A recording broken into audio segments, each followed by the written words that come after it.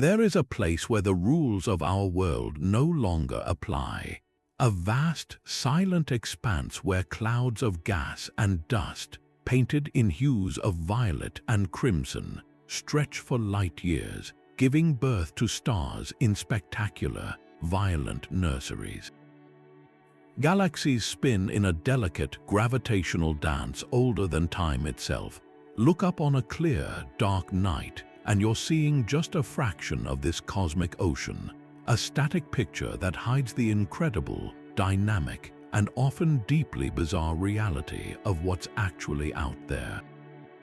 For every beautiful nebula and familiar spiral galaxy, the universe holds secrets that challenge the very foundation of what we think is possible. We have catalogued countless stars and mapped distant worlds, but some discoveries are so strange, so utterly confounding, that they force us to rewrite the textbooks. Today, we embark on a journey to explore the 30 strangest things ever found in the universe. This isn't just a list of interesting objects. It's a voyage to the very edge of human understanding, a tour of cosmic anomalies that seem to defy the laws of physics as we know them. We are about to encounter celestial bodies with properties that sound like pure science fiction, mysteries that have puzzled the greatest scientific minds for decades, and phenomena so immense and powerful that their very existence stretches the limits of our imagination. This is a story of cosmic wonder, of the profound and often unsettling truth that the universe is far stranger, more creative, and more mysterious than we could ever have dreamed. From stars that shouldn't be able to exist to voids of nothingness so vast they threaten our model of the cosmos itself, each entry on our journey will pull back another layer of this incredible reality, revealing the profound and humbling truth that we are only just beginning to understand our place in the grand scheme of things.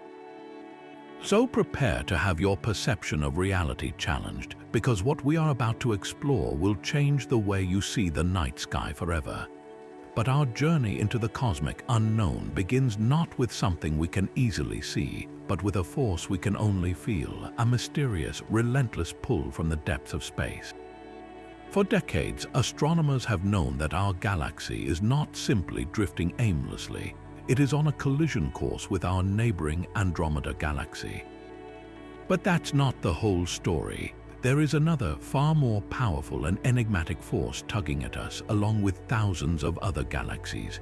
This is the mystery of the Great Attractor. Picture our entire Milky Way, a sprawling city of hundreds of billions of stars, all moving together at an astonishing speed of over 600 million miles per hour towards a specific point in the constellation Centaurus. The sheer scale of the force required to accomplish this is almost incomprehensible, equivalent to the mass of tens of thousands of Milky Way galaxies all concentrated in one place. The source of this immense gravitational pull, however, lies in a cursed region of the sky known to astronomers as the zone of avoidance. This is the plane of our own galaxy, a thick band of cosmic dust, gas, and countless stars that completely obscures our view of what lies beyond. Trying to see the Great Attractor from Earth is like trying to peer through a dense, perpetual fog bank. The very heart of our own cosmic home blocks our sight. So, what could possibly be massive enough to command such influence? Early theories pointed to a previously unknown colossal concentration of ordinary matter, a supercluster of galaxies so immense it was dubbed the Norma Cluster. Yet, when astronomers finally managed to pierce the veil of dust using X-ray and radio telescopes, what they found was both an answer and a deeper puzzle. While there is a significant gathering of galaxies there, its collective mass still doesn't fully account for the violent gravitational tug we are experiencing. This has led to the compelling possibility that the true engine of the Great Attractor is an enormous halo of dark matter, the invisible, mysterious substance that makes up the bulk of the universe's mass. It might be that we are being pulled towards a dense knot in the cosmic web of dark matter, a gravitational anchor point around which galaxies are merely the visible ornaments. Some even speculate that the Great Attractor itself is just a waypoint on a much larger journey, that it, in turn, is being pulled towards an even more massive structure known as the Shapley supercluster, hundreds of millions of light years beyond. This revelation paints a humbling picture. We are not merely being pulled by a single object, but are instead caught in a vast cosmic river, flowing towards a destination we are still struggling to see. If the Great Attractor represents a puzzling concentration of matter, then our next destination is its terrifying opposite, a cosmic desert so vast and so empty that its existence seems to defy logic. This is the Boötes Void, a region of space often called the Great Nothing. To comprehend its scale, you must first try to grasp the size of a single light year, the distance light travels in 1 year, which is nearly 6 trillion miles. Now multiply that immensity by 330 million. That is the diameter of this void. If you were to place our Milky Way galaxy inside it, you would find yourself in near total isolation, with the next island of stars so far away that its light would take millions of years to reach you. In a universe where galaxies tend to cluster together like cities on a map, the Boötes Void is an emptiness on a continental scale. While a typical region of space its size should contain around 10,000 galaxies, astronomers have only found a few dozen, scattered like lonely ships in an ocean of nothing. This profound lack of galaxies is precisely what makes the void so scientifically disturbing. Our standard model of cosmology, built on the Big Bang theory, suggests that matter should be distributed across the universe with a certain degree of uniformity, like the foam on a cappuccino, with clusters and voids of predictable sizes. The Boötes Void is not a small bubble, it is a chasm. Its existence pushes against the limits of what our models say is probable, hinting that either our understanding of the initial conditions of the universe is incomplete, or that some unknown physical process cleared this region on a scale we can scarcely imagine. One leading theory suggests that many smaller voids formed in the aftermath of the Big Bang might have merged over billions of years to create this single colossal emptiness. Another, more speculative idea is that the void could be the imprint of an encounter with a parallel universe in the multiverse, a notion that is as thrilling as it is currently untestable. What makes the Boötes Void so haunting isn't just its scale, but the profound question it raises. Is this a rare, freak occurrence in the cosmic structure, or are there other abysses of nothingness lurking in the darkness, even larger than this one? Its discovery forces us to confront the possibility that the universe's grand design includes not just magnificent constructions of matter, but also voids of staggering emptiness, places where the universe, for reasons we do not yet understand, simply decided to leave a blank page. Yet, even as we contemplate these voids and attractors within our cosmic map, another discovery emerged that threatened to redraw the map entirely, suggesting that the entire structure we can see might be caught in a current flowing towards something we cannot see.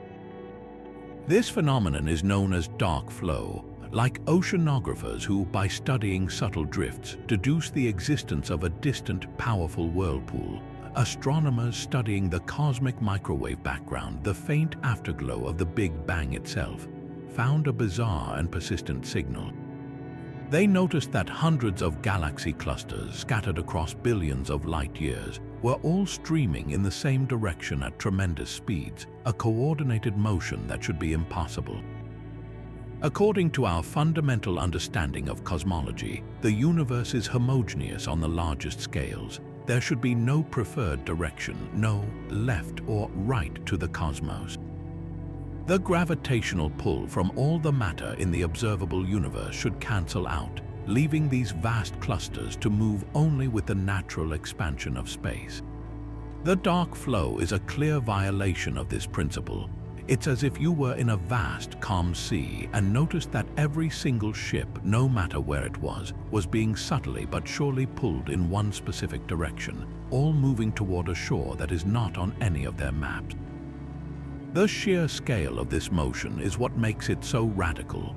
The clusters are moving at speeds exceeding 1 million miles per hour, and the source of this gravitational tug appears to lie far beyond the edge of what we can observe. Our observable universe is a bubble defined by the distance light has had time to travel since the Big Bang, roughly 46 billion light-years in radius. The dark flow implies that something immense with a gravitational influence powerful enough to be felt across that unimaginable gulf exists outside of our bubble. One of the most profound and controversial explanations proposed is that this flow is caused by the gravitational pull of a vast, exotic structure that formed before our own Big Bang, or even more incredibly, by the tug of another universe entirely in the multiverse. This isn't just matter from another galaxy. This would be the gravitational imprint of an entire separate cosmos, with its own physical laws and history brushing against our own. Of course, the scientific community remains deeply divided, with other researchers proposing that the dark flow could be an artifact of the measurements or a strange, large-scale ripple from the very early universe that we don't yet understand. But if it is real, the implications are staggering. It would mean our universe is not an isolated island, but is instead connected to and influenced by realms that lie forever beyond our direct observation. The dark flow suggests that the grand cosmic structures we've been discussing, the Great Attractor, the Boötes Void, might themselves be mere flotsam caught in this vast, invisible river, all flowing toward a destination we can only infer from its relentless, mysterious pull. While we grapple with the immense gravitational pull of unseen structures and the silent drift of galaxies, there are moments in the search for cosmic company that strike with sudden, electrifying clarity. On a warm August evening in 1977, a radio telescope known as the Big Ear, quietly scanning the sky in Delaware, Ohio, recorded something that would become a cornerstone of modern mystery. For 72 seconds, a powerful, narrowband radio signal flooded its receiver, a signal so perfect and so unexpected that the volunteer astronomer reviewing the data the next morning, Jerry Amon, circled the alphanumeric sequence on the printout and simply wrote, "Wow." In the margin, what made this signal so extraordinary was its precise profile. It was a concentrated burst of energy at exactly 1,420 megahertz, a frequency that happens to be the emission line of neutral hydrogen, the most common element in the universe.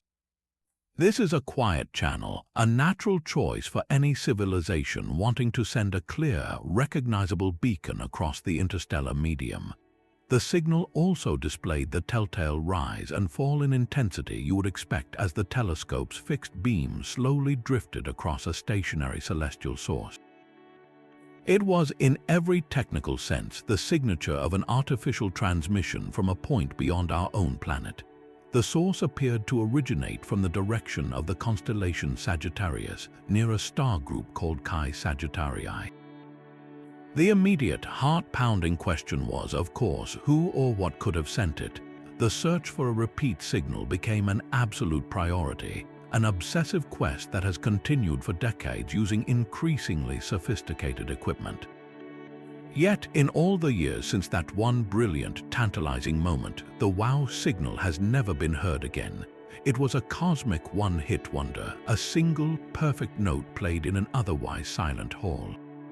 This profound silence is what fuels both the mystery and the scientific skepticism.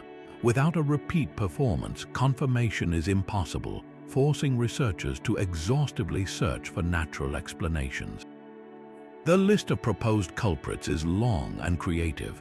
Could it have been a signal reflected off a piece of space debris, like a discarded satellite or rocket body? Detailed orbital calculations have ruled out any known human-made object.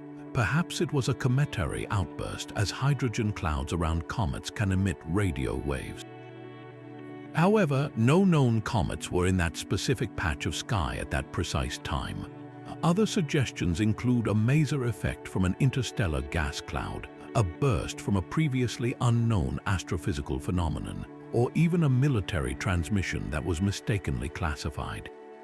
Each of these natural or human origin hypotheses has been meticulously examined, and each has ultimately fallen short of fully explaining the signal's unique combination of intensity, frequency, and behavior. The very fact that it has resisted all mundane explanations for nearly half a century is what grants it such enduring power.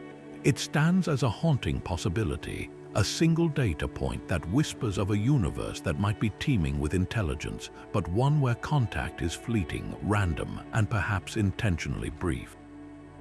The WOW signal forces us to confront a humbling reality. We may have already received our first hello from the cosmos, but in our eagerness for a conversation, we were only able to catch a single, unforgettable word. Moving from a mysterious signal to a star that behaves unlike any other, we encounter a celestial object that turned citizen scientists into detectives and astronomers into speculators. This is the story of Tabby's star, officially catalogued as KIC 8462852.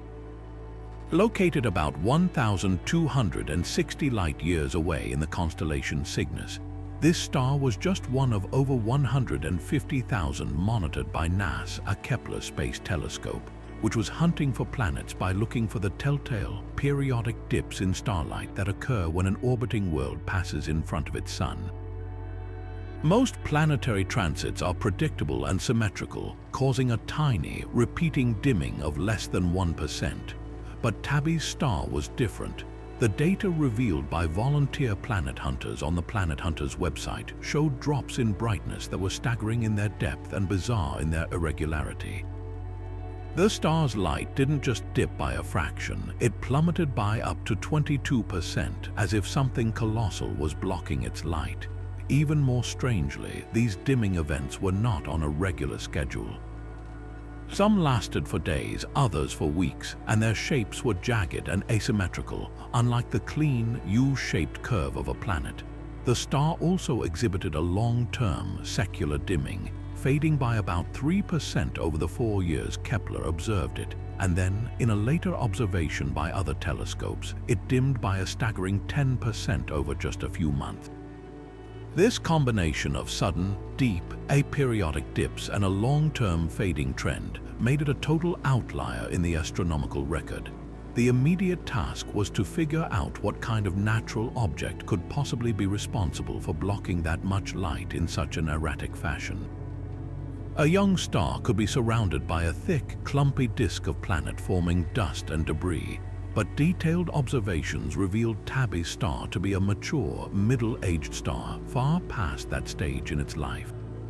A catastrophic planetary collision could create a vast cloud of dust and fragments, but the scale required to cause a 22% dimming event is immense, and such collisions are thought to be extraordinarily rare. The most popular natural explanation put forward was a giant, fragmented swarm of comets, perhaps disturbed by a passing star, creating a dense, orbiting cloud of icy bodies and dust that could cause the irregular dimming. While this was a plausible astrophysical scenario, many found it unsatisfying, as it required a number of comets so vast it strained credulity. It was this failure of simple natural explanations that opened the door to a far more spectacular and controversial possibility. Could we be witnessing the construction of an alien megastructure? The idea, first suggested by astronomer Jason Wright, is rooted in a concept from decades ago, a Dyson sphere. This is a hypothetical, colossal structure that an advanced civilization might build to encapsulate its star, capturing a significant fraction of its energy output. We wouldn't expect to see a complete, solid sphere, which would be physically impossible, but rather a Dyson swarm, a vast collection of orbiting energy-collecting platforms or habitats. A partially constructed swarm with panels and structures of different sizes and shapes all orbiting in a chaotic cloud would perfectly explain the irregular, deep, and jagged dimming patterns observed. The idea captured the public imagination like few other astronomical discoveries, turning Tabby's star into an internet sensation and a target for intense scrutiny from telescopes around the world. The search was on for a technological signature, a sign of waste heat.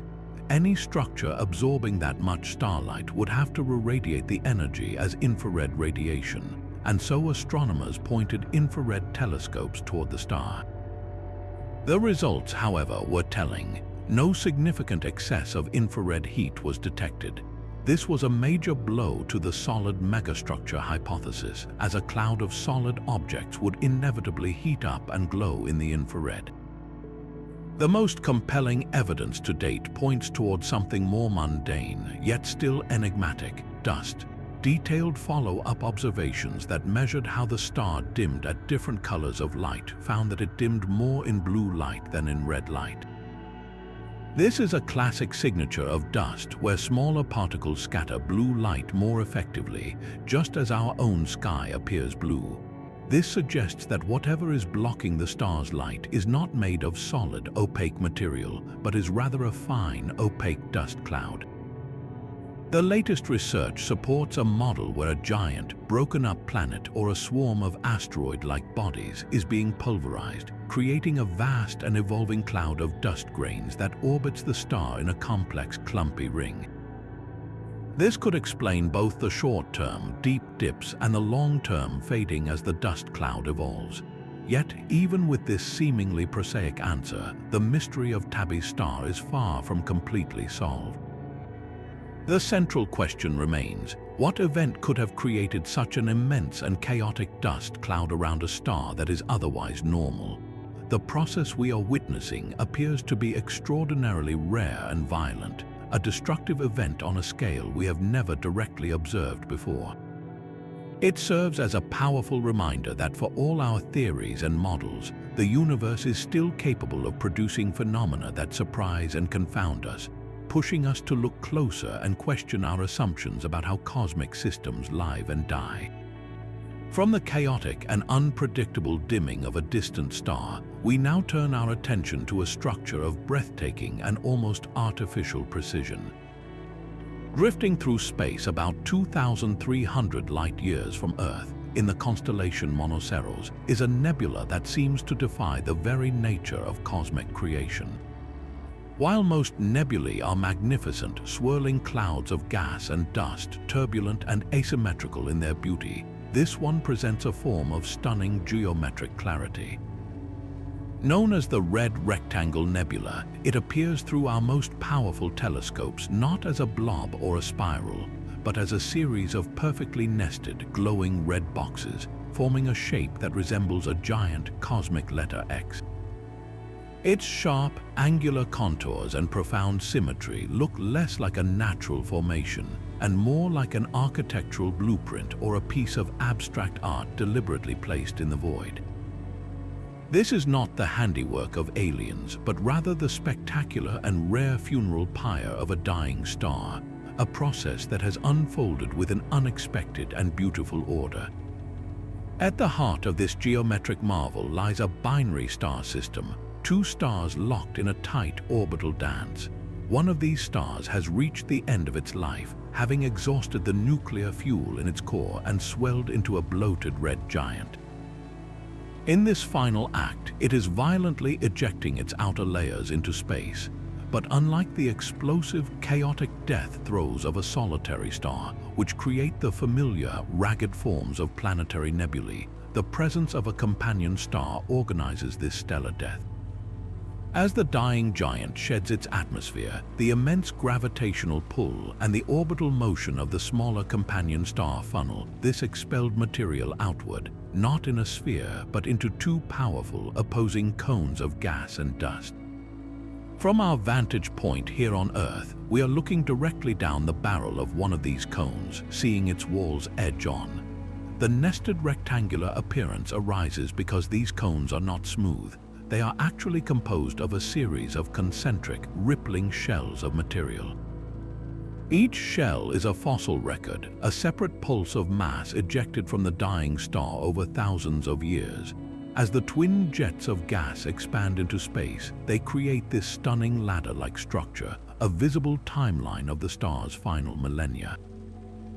The deep red glow that gives the nebula its name comes from a specific type of emission known as extended red emission, a mysterious luminescence likely caused by complex organic molecules known as polycyclic aromatic hydrocarbons being illuminated by the intense ultraviolet light from the central stars. These are essentially large molecules of soot, the same kind of compounds found in automobile exhaust and charcoal grill smoke being forged in the furnace of a dying sun. The existence of the red rectangle is a profound clue about the chemical richness of the universe. It demonstrates that the complex building blocks of life, the very carbon-based molecules we are made of, are not confined to planets. They are created in abundance in the outflows of aging stars and scattered into the interstellar medium, eventually to become part of new solar systems and potentially new worlds capable of supporting life. Its precise geometry offers astronomers a unique laboratory to study the physics of mass loss from dying stars with a level of detail that chaotic nebulae simply cannot provide. By analyzing the spacing of its concentric rings, scientists can measure the precise timing between the star's mass loss pulses, uncovering the hidden rhythms of its final heartbeat. While its rectangular form is temporary in a few tens of thousands of years, the central star will heat up, illuminating the gas into a more traditional-looking planetary nebula.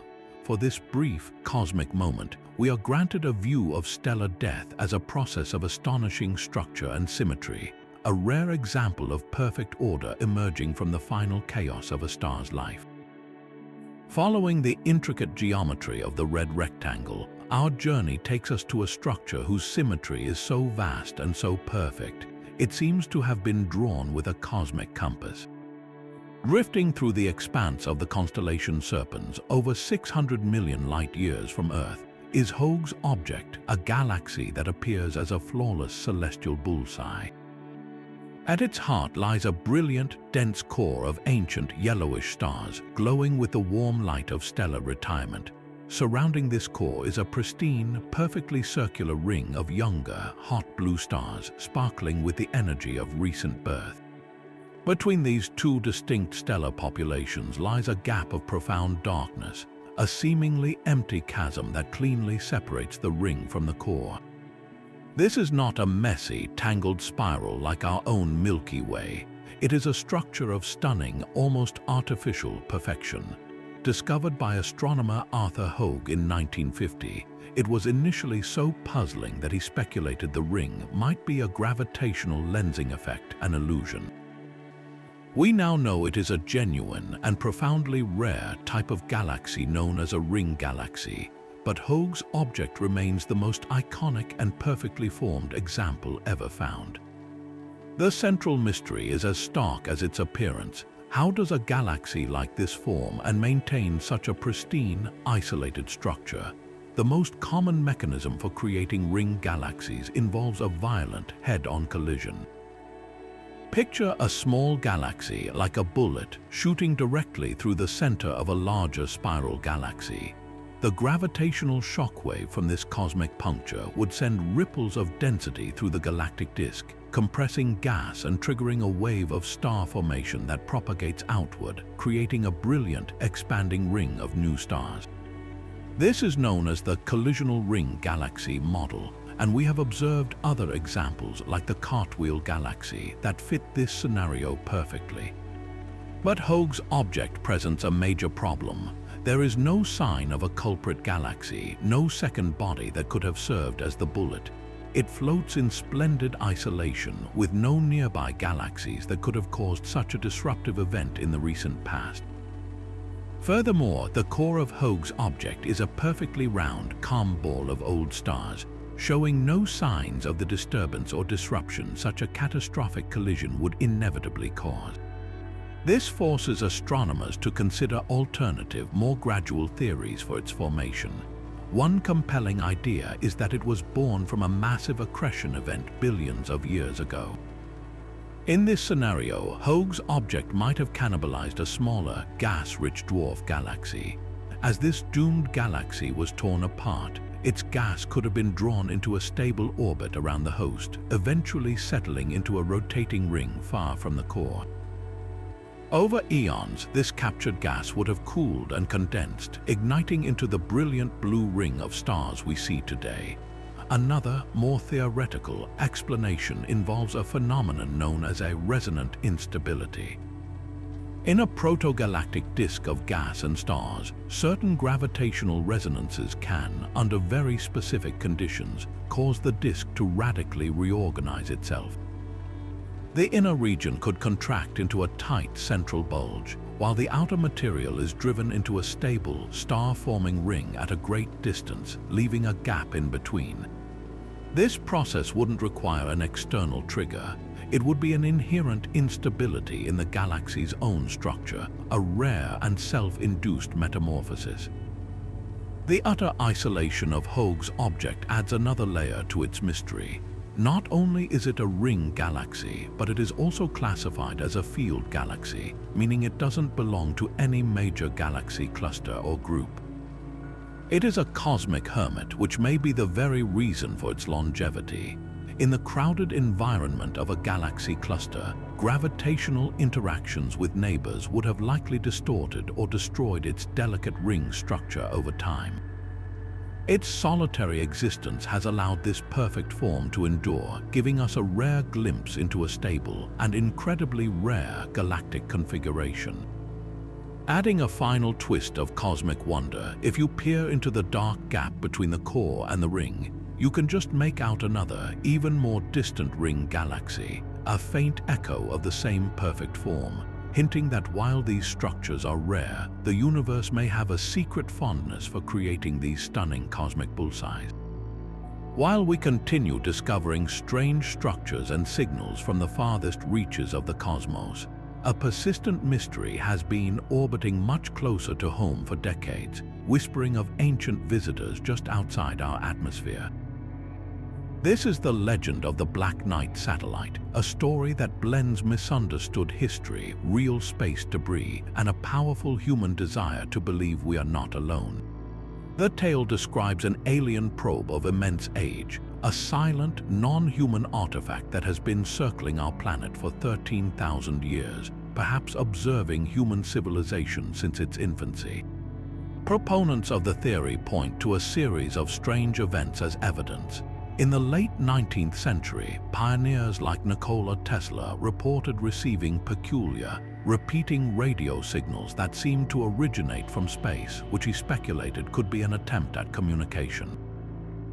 Decades later, in the 1920s, amateur radio operators began picking up strange, delayed echoes of their own transmissions, as if the signal was bouncing off an unknown object in orbit.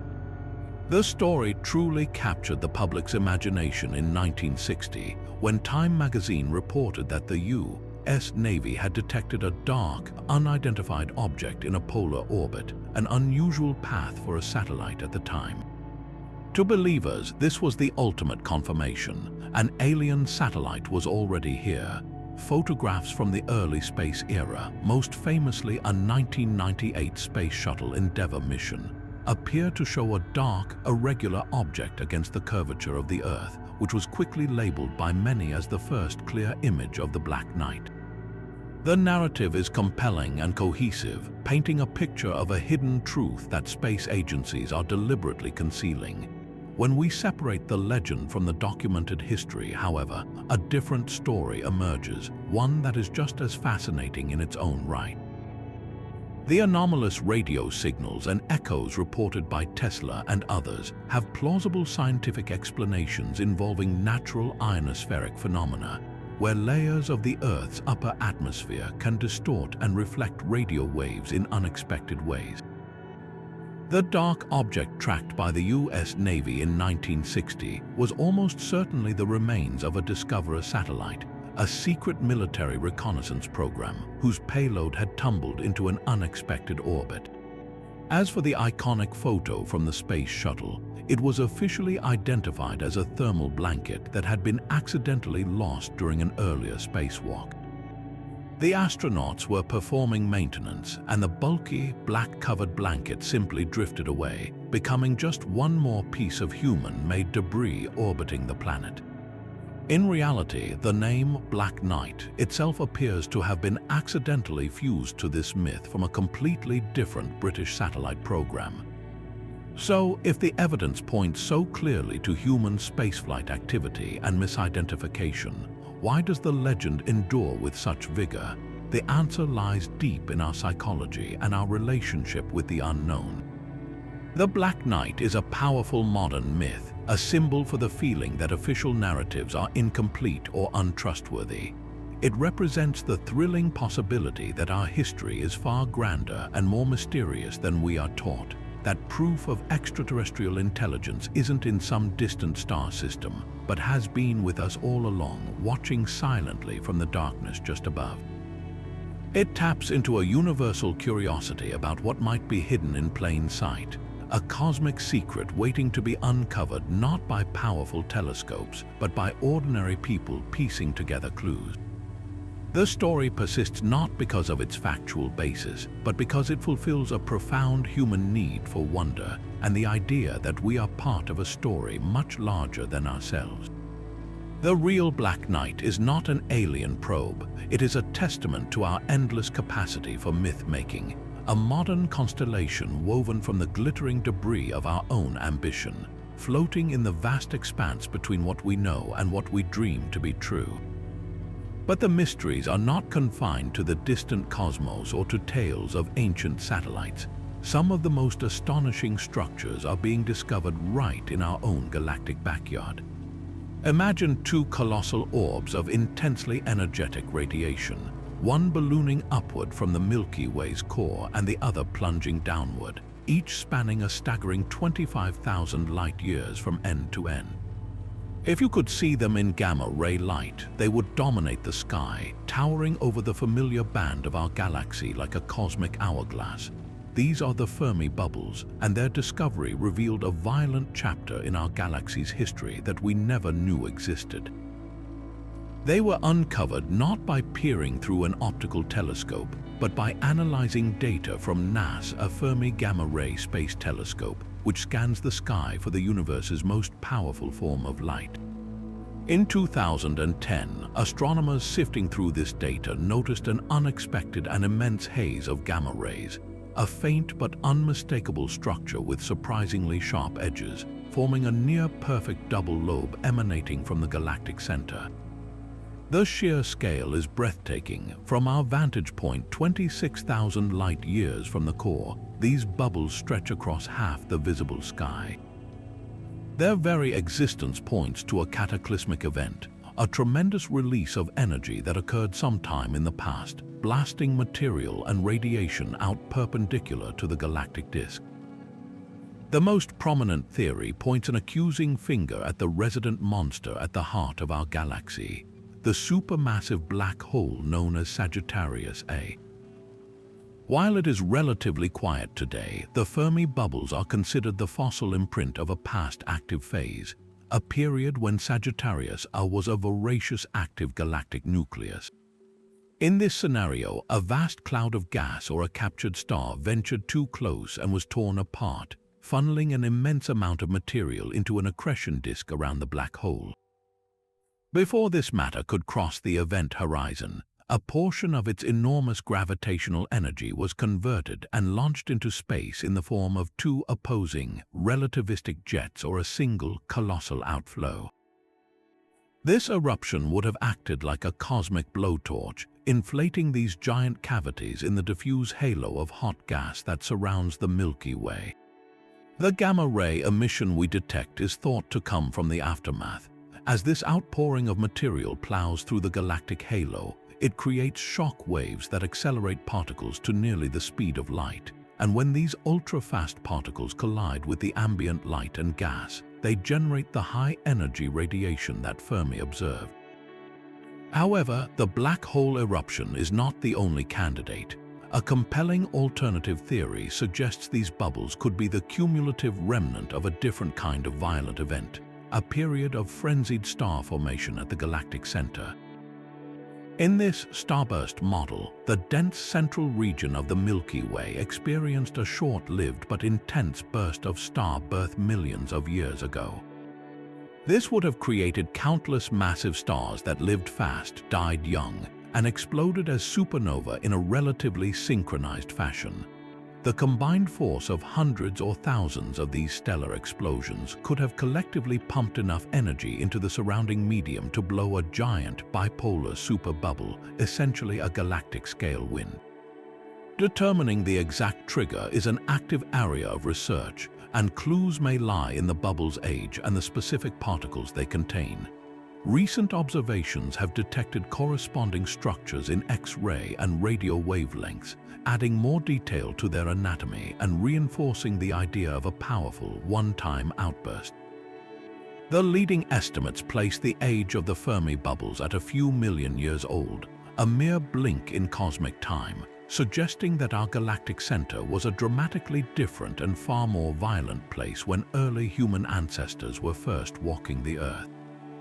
These structures are a profound reminder that galaxies are not static, serene islands of stars, but dynamic ecosystems that undergo periodic upheavals. The Fermi bubbles are a living fossil, a testament to the fact that even our own Milky Way has an active and explosive heart, capable of eruptions that can reshape its entire galactic environment. We often think of our galaxy as a permanent, stable home, a grand spiral that has always existed in its current form, but the truth is far more dynamic and violent. Our Milky Way is on an inescapable collision course with our nearest large galactic neighbor, the Andromeda Galaxy. In about 4.5 billion years, these two cosmic titans will begin a gravitational dance that will utterly reshape our night sky and merge them into a single new galaxy. Yet, this future cataclysm is not the most startling part of the story. To understand the true nature of this event, we must look into Andromeda's past, where we find evidence that it is a seasoned predator, a galactic cannibal that has already consumed smaller neighbors. This process of galactic cannibalism is not the exception in our universe. It is the fundamental rule for how large galaxies grow. Picture the cosmos not as a collection of isolated islands, but as a vast, evolving ecosystem where the big routinely consume the small. Andromeda provides a textbook case. Surrounding its bright, familiar disk, astronomers have found faint streams and shells of stars, the ghostly remnants of smaller galaxies it has torn apart and assimilated over billions of years. One of its most recent meals was a galaxy called M32P, a massive dwarf galaxy that Andromeda largely devoured. The dense, compact galaxy we now call M32 is thought to be the surviving core, the indigestible galactic heart of that once larger system, now orbiting its destroyer like a cosmic tombstone. This violent history tells us that the Andromeda hurtling toward us is not a pristine spiral. It is a galactic heavyweight whose size and mass were built on a foundation of conquered rivals. The impending merger with our own Milky Way is simply the next logical step in this cosmic food chain, a final showdown between two galaxies that have both grown by consuming smaller satellites. When the actual collision begins, the process will be slow motion and strangely graceful. The spaces between stars are so vast that direct stellar collisions will be exceedingly rare. Instead, the two galaxies will pass through each other, their gravitational forces acting like tidal hands that warp and distort their beautiful spiral arms into long, streaming tails of stars. Over the course of hundreds of millions of years, they will swing apart and then fall back together again. This dance repeating until their mutual gravity breaks their momentum and they settle into a new, combined structure. The final product, often nicknamed Milkomda or Milkdromda, will likely be a giant elliptical galaxy, a vast, featureless blob of stars devoid of the elegant spiral structure we know today. For any hypothetical future inhabitants observing this from a surviving planetary system, the changes in the night sky would be breathtaking. As the merger progresses, the Andromeda Galaxy, which currently appears as a small, faint smudge, would grow to dominate the entire celestial sphere, its structure becoming warped and mangled before the two galaxies completely lose their identities and merge into a single, new, diffuse glow of stars. This grand transformation underscores a humbling reality. The stable, familiar cosmos we see today is a fleeting snapshot. Galaxies are not immutable landmarks. They are dynamic beings with life cycles of birth, growth, and transformation, and their primary mode of growth is through consumption. Our own Milky Way is currently in the process of digesting several small dwarf galaxies, and in the far future, even the new Milkomda galaxy may one day meet another giant in the void, continuing the endless cosmic cycle of creation through destruction. Yet for all the immense structures and slow cosmic processes, some of the universe's most compelling mysteries announce themselves in a fleeting instant, a brilliant flash of radio energy so brief you could miss it by blinking, but so powerful it outshines entire galaxies. These are fast radio bursts, or FRB, and their discovery has opened one of the most dynamic and puzzling chapters in modern astronomy. An FRB is a spectacularly intense pulse of radio waves that typically lasts just a few thousandths of a second. In that minuscule span, it can release as much energy as our sun puts out over several days. The first one was discovered in 2007, buried in archived data from the Parkes Radio Telescope in Australia, and for years it remained a solitary enigma, with astronomers debating whether it was a genuine cosmic event or some local terrestrial interference. But as more telescopes began dedicated searches, the floodgates opened. We now know these bursts are common, occurring thousands of times a day across the entire sky, arriving from sources billions of light years away, far beyond our own Milky Way. The central challenge has been pinpointing their origins. Catching a one-off burst is like trying to find the location of a camera flash in a dark, crowded stadium from a single photograph. You know it happened, but you have no idea which direction it came from. Only by mobilizing networks of telescopes around the world to react instantly have we been able to triangulate the positions of a few of these bursts back to their host galaxies. The hunt for their source has produced a zoo of potential culprits, each capable of generating such an extreme, short-duration signal. The most promising natural explanation points to magnetars, a type of neutron star with a magnetic field so powerful it could erase a credit card from hundreds of thousands of miles away.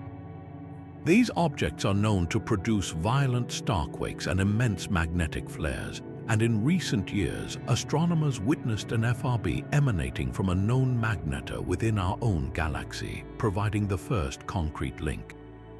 However, while this confirmed that magnetars can produce FRB-like bursts, the event was much weaker than the colossal extragalactic FRBs we typically detect, suggesting that the most powerful versions might require an even more dramatic trigger. Another compelling theory involves the cataclysmic merger of two neutron stars. As these incredibly dense stellar corpses spiral into each other, they could produce a final, powerful blast of radiation just before they collide and form a black hole. This model neatly explains the one-off, non-repeating bursts as the merger is a final, destructive event, but the plot thickened dramatically with the discovery of repeaters. Unlike the single, explosive events, some FRB sources have been observed firing off multiple bursts over days, months, or even years. This repetition is a game changer as it rules out any model that involves a source destroying itself. A repeating FRB cannot be a neutron star merger. The source must be capable of surviving its own outburst. This has led to more exotic stellar theories, such as a highly magnetized neutron star in a complex orbit around a massive companion star, with interactions periodically triggering these intense radio flares. Or perhaps the source is a young, hyperactive magnetar still embedded in the dense nebula of material from its formation supernova, with bursts occurring as it interacts with this surrounding cloud. Then, of course, there is the more speculative yet irresistible hypothesis. Could some of these signals, particularly the highly energetic and repeating ones, be the product of advanced alien technology? The idea is not as far-fetched as it might seem. To propel a massive light sail spacecraft to interstellar speeds, a sufficiently advanced civilization might use a powerful, focused radio beam. From our vast distance, a fleeting pulse from such a system could appear exactly like an FRB. While this is considered a remote possibility, the very fact that it remains a topic of serious, if cautious, scientific discussion underscores just how mysterious these signals truly are. The investigation continues to yield surprises, with some repeating bursts showing a bizarre, periodic pattern in their activity, cycling through active and quiet phases in a way that defies easy explanation. Each new observation adds another layer to the puzzle, making fast radio bursts one of the most exciting and rapidly evolving fields in astronomy. They are cosmic messengers from the distant universe, their brief signals carrying information about the vast intergalactic medium they have traveled through, and their elusive nature ensures they will remain at the forefront of our quest to understand the most extreme and enigmatic phenomena in the cosmos. Moving from the explosive brevity of fast radio bursts, we encounter a world that seems to have been sculpted from the ultimate symbol of luxury and permanence, a planet where the very ground beneath your feet would be a jeweler's fantasy. This is 55 Cancri E, an exoplanet orbiting a sun-like star about 40 light-years away in the constellation Cancer. While we have discovered thousands of planets beyond our solar system, few are as simultaneously bizarre and conceptually stunning as this one. The most captivating theory about its nature suggests it is a carbon-rich super-Earth, a world where vast quantities of carbon have been compressed and heated into a crystalline structure, in essence a planet largely made of diamond. Imagine a world not of silicon and oxygen like our own rocky Earth, but one where carbon is the dominant element. Under the immense pressures found deep within this planet's interior, that carbon would not remain as simple graphite or soot. It would be crushed into the rigid, transparent lattice of diamond.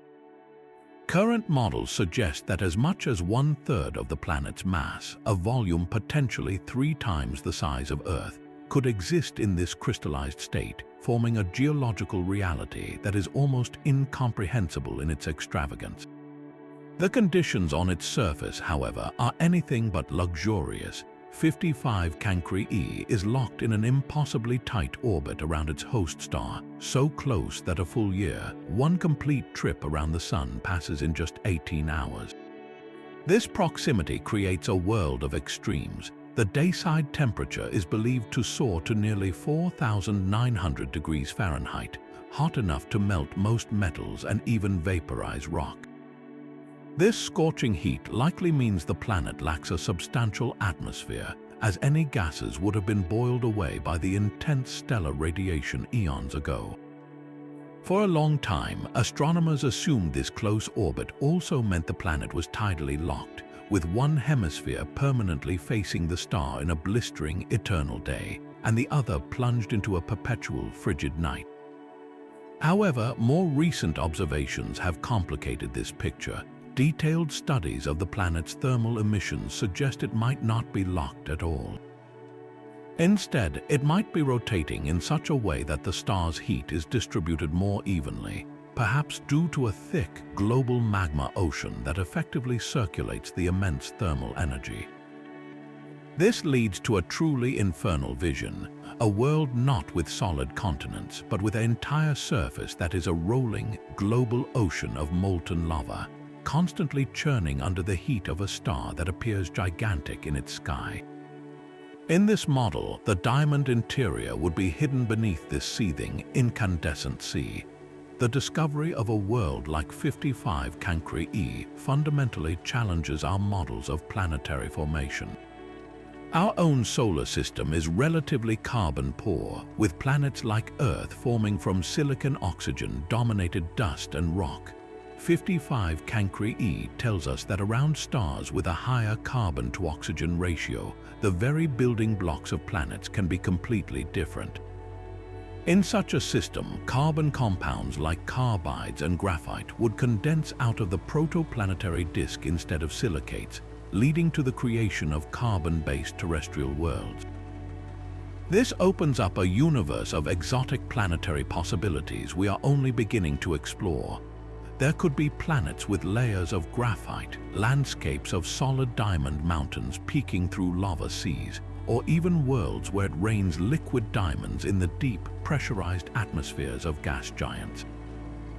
The existence of 55 Cancri E expands our imagination of what is possible, demonstrating that the universe is a far more diverse and creatively extreme place than we had ever assumed, capable of forging worlds from the very stuff we consider most precious. While we can map the grand structures of galaxies and the explosive bursts of distant energy, perhaps the most profound discoveries are written into the oldest light we can see, the cosmic microwave background. This is the faint thermal glow that fills the entire universe, the cooled remnant of the Big Bang's first fiery moments. It is the ultimate baby picture of the cosmos, and for the most part, it is remarkably uniform, a near-perfect blackbody with only tiny, random fluctuations that represent the seeds of all future structure. But within this ancient map, there is one anomaly so pronounced and so strange that it has resisted explanation for years: the cosmic microwave background cold spot. Discovered by the Wilkinson Microwave Anisotropy Probe in 2004 and later confirmed by the Planck satellite, this is not just a slightly cooler patch. It is an exceptionally large and cold region, spanning a staggering 1 billion light-years across, where the temperature drops more sharply than any standard cosmological model can easily account for. If this were simply a random statistical fluke, it would be an incredibly unlikely one, with odds of about 1 in 200 of occurring in a universe without some underlying cause. This isn't a small imperfection, it's a cosmic bruise on the face of the early universe. The most straightforward explanation scientists proposed was that this cold spot is an optical illusion caused by a foreground structure, a vast emptiness known as a supervoid. The theory goes like this: as the light from the cosmic microwave background travels through the universe, it passes through regions of varying gravitational potential. When light enters a gravitational well, it gains energy, and when it climbs out, it loses that energy again. This is known as the integrated Sachs-Wolf effect. However, in an expanding universe dominated by dark energy, the gravitational wells of large-scale structures actually decay over time. This means a photon climbing out of a void loses more energy than it gained entering it, causing a net loss of energy and a corresponding cooling in the observed cosmic microwave background. So, if a truly enormous void sat between us and the cold spot, it could, in theory, produce the observed temperature drop. Astronomers went in search of this supervoid, and indeed, they found a region now called the Eridanus supervoid, which aligns roughly with the direction of the cold spot. This discovery seemed to solve the mystery, but there was a devastating catch. While the Eridanus supervoid is immense, its estimated size and depth are simply not sufficient to generate the colossal cooling we observe. The math does not add up. The void can only account for about 10% of the total temperature drop. This leaves a profound deficit, a chilling discrepancy that forces cosmologists to consider possibilities that stretch the very boundaries of physics. One of the most mind-bending theories is that the cold spot is the imprint of a collision between our universe and another bubble universe in the wider multiverse. According to some models of eternal inflation, our universe is just one expanding bubble in a much larger, infinite meta-universe, and other bubbles are constantly forming. If another bubble universe had collided with ours in the distant past, the energy released at the boundary of that collision could have left a specific, circular signature in the cosmic microwave background, a signature that looks very much like the cold spot we observe. This is not just a wild guess, it's a prediction of certain multiverse models, and the cold spot is a potential piece of empirical evidence for something that has always been purely theoretical. Another exotic possibility involves a defect in the very fabric of spacetime known as a cosmic texture. In the incredibly hot, dense early universe, as the fundamental forces of nature were separating from their initial unified state, phase transitions could have occurred. Think of it like water freezing into ice. Sometimes the crystallization isn't perfect and defects like cracks form. In the cosmos, one such hypothetical defect is a texture, a knot in the fields that govern the universe. If such a texture existed and then unwound, it would release a tremendous amount of energy, creating a gravitational potential hill. Photons from the cosmic microwave background passing over this hill would lose energy, and we would observe that energy loss as a cold spot. The sheer scale and specificity of the cold spot make it a perfect candidate for such an event. Whether it's a bubble collision or a cosmic texture, the implication is the same. We may be looking at evidence of physics operating at energy scales and in realms we can never directly probe, a fossil from the first fleeting moments of creation. The cold spot remains one of the most tantalizing and hotly debated anomalies in all of cosmology. It stands as a stubborn reminder that our standard model, while incredibly successful, might be incomplete, and that the ultimate answers to the universe's deepest secrets may be hidden in the faint, cold whispers of its first light. But even the spectacular, final explosions of stars can sometimes defy our expectations, leaving behind a strange, reanimated corpse. The textbook supernova is a definitive, final act, a star's self-annihilation in a blast so violent it outshines an entire galaxy and scatters its elemental guts across space. For a specific class of white dwarf stars that explode in what we call a Type Ia supernova, this has always been considered a certainty. A white dwarf is the dense, Earth-sized core of a dead star, and if it pulls enough matter from a companion star, it can cross a critical mass threshold and be utterly obliterated in a thermonuclear inferno. Nothing is supposed to remain, so when astronomers pointed the Hubble Space Telescope at the site of a 2014 supernova known as SN 2012Z, they were expecting to see nothing. To their complete astonishment, they found a survivor. The star that had exploded was still there, shining defiantly. It had become a cosmic zombie, a star that had endured its own death and was somehow still ticking. The key to this mystery lies in a bizarre and much rarer type of cosmic explosion called a Type IX supernova. It's a fainter, slower, and altogether weaker cousin of the standard Type Ia.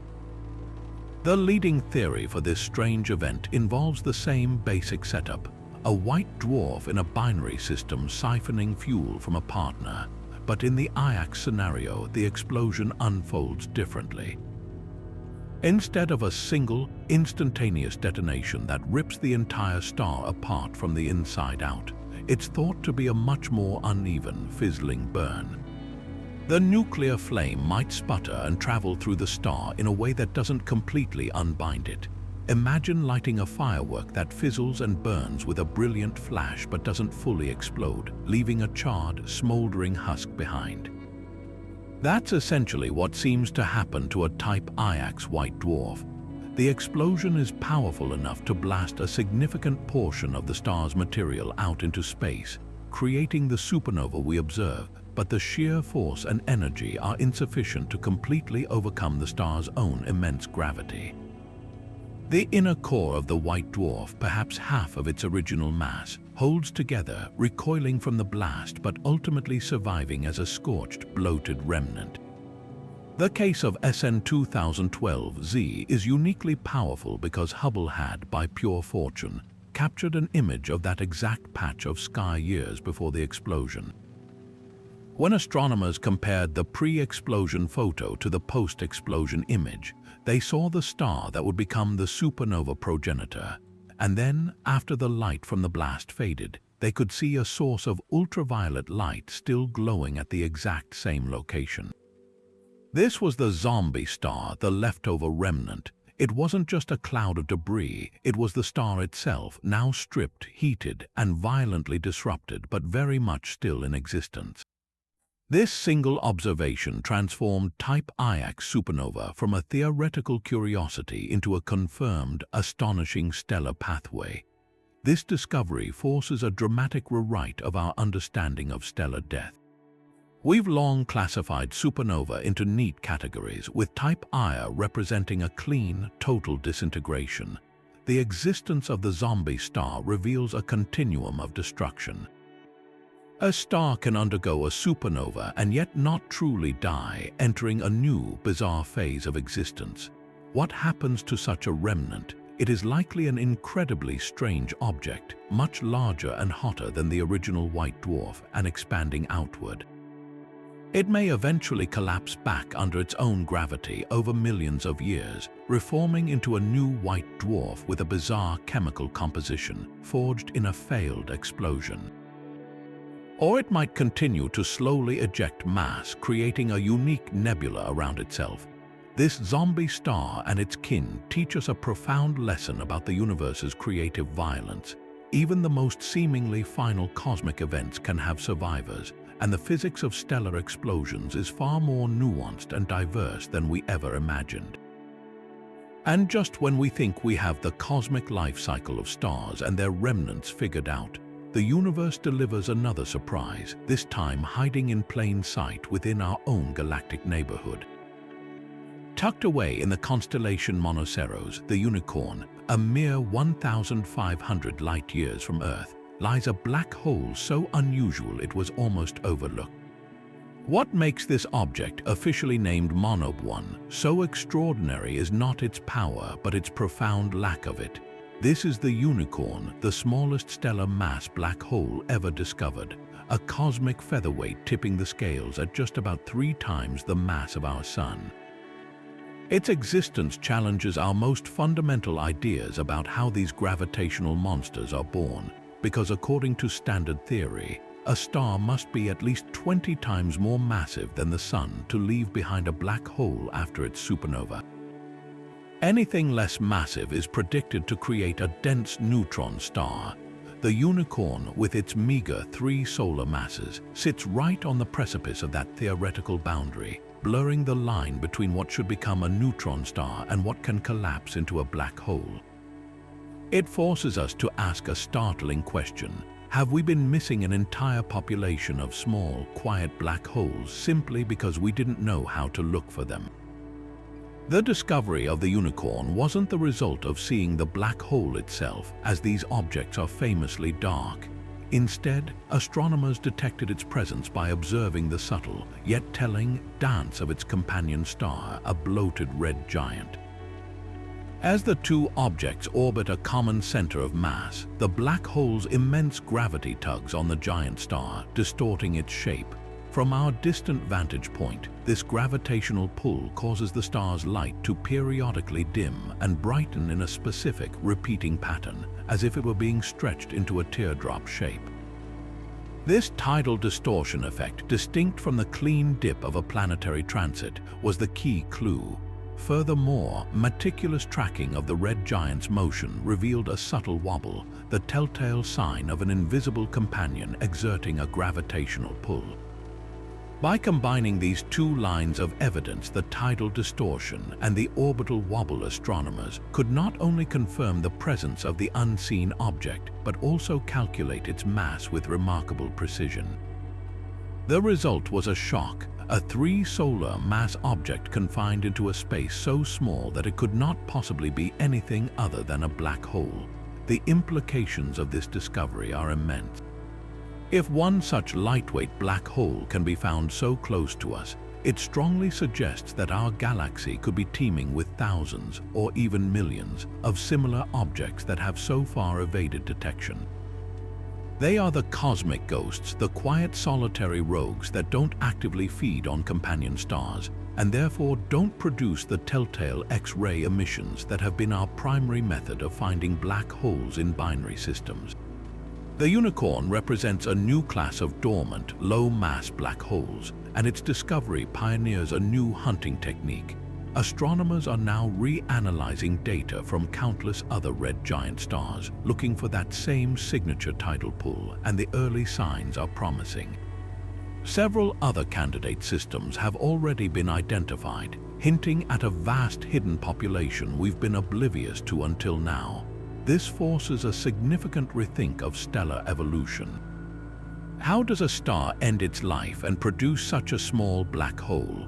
One possibility is that the progenitor star lost an enormous amount of mass to a companion or through powerful stellar winds before its final collapse, leaving behind a core that was just barely heavy enough to implode into a black hole instead of a neutron star.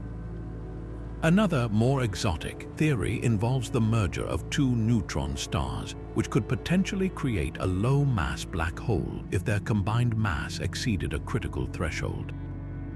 The unicorn, a quiet giant in its own right, is a powerful reminder that the most profound discoveries are not always the brightest or the most violent, but can be the subtle, hidden figures whose presence we infer from the gentle, rhythmic sway of their celestial partners. Just when we thought we had catalogued the major phenomena of the radio sky, a discovery emerged so baffling it seemed to defy all existing categories, proving that our cosmic map still has enormous, invisible blanks. Astronomers using the revolutionary Australian Square Kilometre Array Pathfinder telescope, known as ASCAP, were conducting a vast survey of the universe at radio wavelengths when they stumbled upon something utterly perplexing: faint, ghostly circles of radio emission hanging in the void like cosmic smoke rings. They were promptly named odd radio circles, or ORC, and they are as enigmatic as their name suggests. The first and most staggering fact about these objects is their sheer physical scale. A typical ORC is enormous, spanning hundreds of thousands of light years across, large enough to easily swallow an entire galaxy whole. If one were visible to our naked eyes, it would appear in our sky as wide as several full moons. Yet, despite their colossal size, they are completely invisible. Point an optical telescope at their location, and you see nothing but empty space, or perhaps a few unremarkable galaxies. Switch to infrared or X-ray vision, and again, there is no trace. These are ghosts of the radio spectrum, detectable only by their whisper in the longest wavelengths of light. Their structure is just as mystifying. They are not solid disks, but rather rings, hollow circles of radio emission with a surprisingly bright outer edge and a conspicuously quiet center, like a bubble blown into the fabric of space itself. The immediate challenge for scientists was to determine just how far away these things are, a crucial step in understanding their true power. After painstaking analysis, they confirmed that ORCs are not local quirks within our own galaxy, but extragalactic phenomena residing hundreds of millions of light years away. This confirmation only deepened the mystery because their distance confirms their immense energy requirements. Whatever created these rings did so with a release of energy on a truly galactic scale. The hunt for a plausible explanation has produced a fascinating shortlist of theories, each more speculative than the last. One of the leading natural hypotheses involves a galactic-scale shockwave. Imagine a period of intense star formation in a central galaxy, a so-called starburst which drives powerful winds of charged particles out into intergalactic space. These winds could eventually slam into a thin, diffuse gas that permeates the space between galaxies, creating a spherical shockwave that propagates outward. From our distant perspective, we would see the edge of this shockwave as a bright, circular ring of radio emission, exactly matching the observed structure of an ORC. Another, even more energetic version of this idea involves a past eruption from a supermassive black hole at the galaxy's core. An ancient, powerful jet could have inflated a giant bubble in the intergalactic medium, whose radio-bright rim we now observe as an ORC eons later. Yet, there are problems with these otherwise elegant solutions. The shockwave model requires a near-perfect spherical symmetry that is rare in the chaotic universe, and the energy required seems almost excessive even for a violent galactic event. This has opened the door to far more exotic possibilities. Could an ORC be the aftermath of a colossal merger between two supermassive black holes? When such behemoths finally spiral together and coalesce, they are predicted to release a tsunami of gravitational waves. Some theorists suggest this event could create a powerful spherical shockwave in the surrounding plasma, a ripple in spacetime itself that manifests as a rapidly expanding ring visible only in radio waves. Perhaps the most mind-bending theory of all posits that we are looking at the very throat of a wormhole. In Einstein's theory of general relativity, a wormhole is a hypothetical tunnel through spacetime, a shortcut between two distant points in the universe. Some mathematical models suggest that the mouth of a traversable wormhole could naturally produce a sphere of intense radio emission.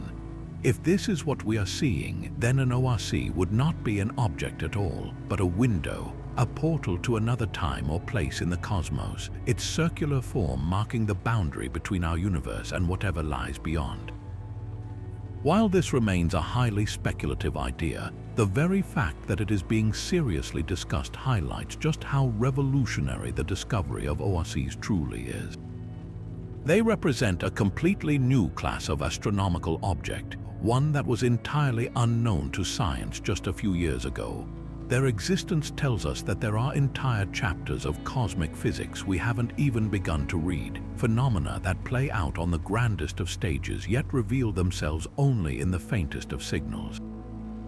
The study of ORCs is just beginning, and with every new one discovered, astronomers are piecing together a puzzle that promises to reshape our understanding of the most energetic and mysterious processes in the universe.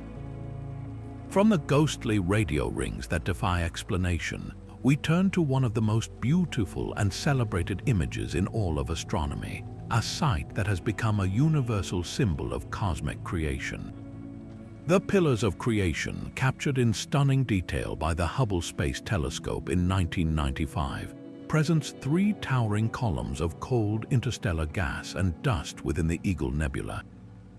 These colossal structures, stretching light years from base to tip, resemble majestic cosmic stalagmites. For decades, this image has been rightfully hailed as a portrait of birth, showing vast stellar nurseries where new stars are constantly being forged. But a closer look reveals that this serene beauty is actually a scene of violent and relentless cosmic erosion, and recent discoveries suggest this iconic landscape may already be a ghost. The true magic of the pillars lies hidden within their dark, dusty folds. Those finger-like projections extending from the tops of the columns are not just artistic swirls of gas, they are the epicenter of the drama. These are evaporating gaseous globules, or EGGs. Each EGG is a dense, compact pocket of hydrogen gas and dust that has collapsed under its own gravity, becoming a cocoon for a nascent star. The reason they appear to be stretching away from the pillars like droplets of water sprayed from a hose is that they are under intense assault. The pillars are being blasted by tremendous ultraviolet radiation from a nearby cluster of massive, hot, young stars just outside the frame. This stellar hurricane is literally boiling away the less dense gas surrounding the EGGs, stripping them layer by layer in a process called photoevaporation. This violent erosion is a race against time for the infant stars huddled inside. If an EGG can be stripped away quickly enough, the protostar within can be exposed and begin its life. If the erosion is too slow, the intense external pressure can actually trigger further collapse within the globule, potentially leading to the formation of even more stars. It's a breathtaking paradox. The same destructive force that is tearing the pillars apart is also responsible for triggering and revealing the new stellar life within them. However, the most profound twist in this story involves the very existence of the pillars themselves. The Eagle Nebula is home to those same massive stars whose radiation is sculpting the pillars, and massive stars live fast and die young. In 2007, astronomers using NASA's Spitzer Space Telescope made a startling discovery. They found evidence of a supernova shockwave expanding through the nebula. The data suggested that a massive star had already exploded, and the powerful wave of energy from that blast would have torn through the delicate structures of the pillars of creation. Given that the Eagle Nebula is about 7,000 light-years away, the light we see from it today left on its journey 7,000 years ago. If a supernova shockwave washed over the pillars, say, 6,000 years ago, then from our earthly perspective, the cataclysm has already happened. The magnificent pillars we gaze upon with such wonder have likely already been vaporized, reduced to a wisp of expanding, superheated gas. We are looking at a light echo of a celestial ruin, a cosmic fossil. This revelation adds a deeply poignant, almost melancholic layer to this famous image. The pillars of creation are not a permanent monument, they are a temporary sculpture in smoke, and we may be admiring their ghost. This is a powerful reminder of the dynamic and often violent nature of the universe, where the forces of creation and destruction are two sides of the same coin. The same nebula that gives birth to stars also hosts the explosions that end them, and the very debris from a supernova will one day collapse to form new stars, new planets, and perhaps new life. The pillars of creation, whether they still stand or not, forever symbolize this beautiful, endless cycle. They teach us that we are not just observing static pictures in a gallery, but are witnessing a single frame in a grand, billion-year cosmic film, a story of relentless change written in gas and light. While we often picture black holes as stationary monsters lurking in galactic centers, anchored by their own immense gravity, the universe has a way of challenging even our most fundamental assumptions. Recently, astronomers using the Hubble Space Telescope stumbled upon something that at first seemed impossible. A supermassive black hole weighing as much as 20 million suns that has been violently ejected from its home galaxy and is now flying through the vast emptiness of intergalactic space. The discovery is akin to finding a mountain range unmoored from the continent and drifting out to sea. But the most astonishing part isn't just the black hole's escape. It's the spectacular, beautiful scar it has left behind. Stretching for an incredible 200,000 light-years from its host galaxy is a long, narrow corridor of young, brilliant blue stars, twice the diameter of our entire Milky Way. This is not a trail of destruction, but a contrail of creation, a stellar umbilical cord connecting the runaway giant to the home it left behind.